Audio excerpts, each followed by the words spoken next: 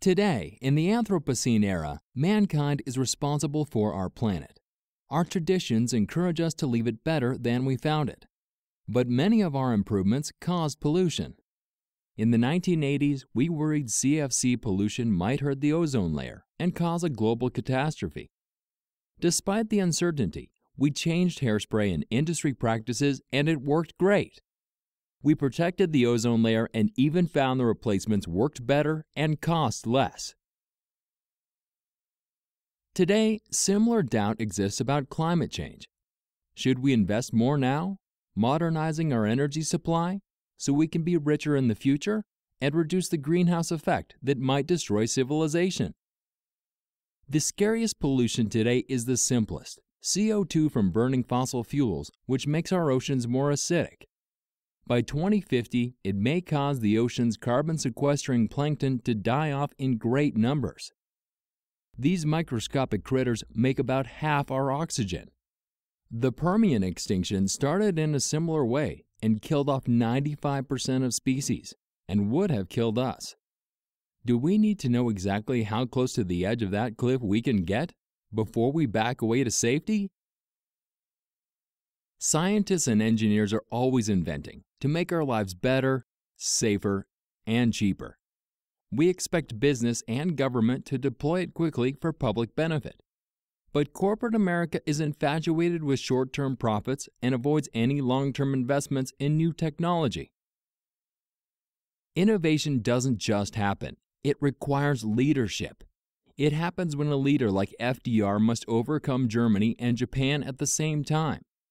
It happens when a leader like JFK declares we should go to the moon. We need leaders in government and industry that target widespread prosperity, a secure climate, and zero abject poverty.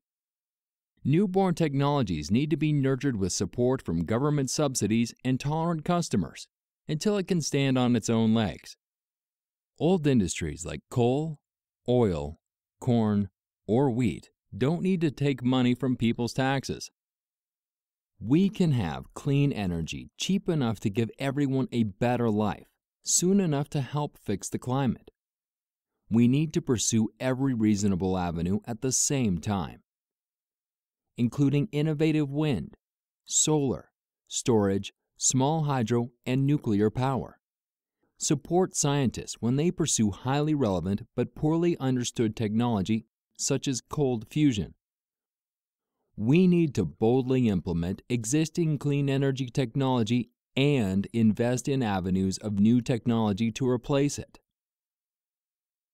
The oil and coal interests pretend to care about our future as they drill and burn fossil fuels as fast as possible, selling out while it's still legal. They claim to own trillions of dollars in proven fossil fuel reserves, but 80% of these are worthless. They couldn't be burned without putting our climate at grave risk. Smart investors avoid companies supported by such fake assets. What if we're wrong about climate and we make a cleaner and more prosperous planet for nothing? I guess we will just have to enjoy our improved lifestyle and share it with all the world's people. A future of limitless potential and global prosperity is there for the taking.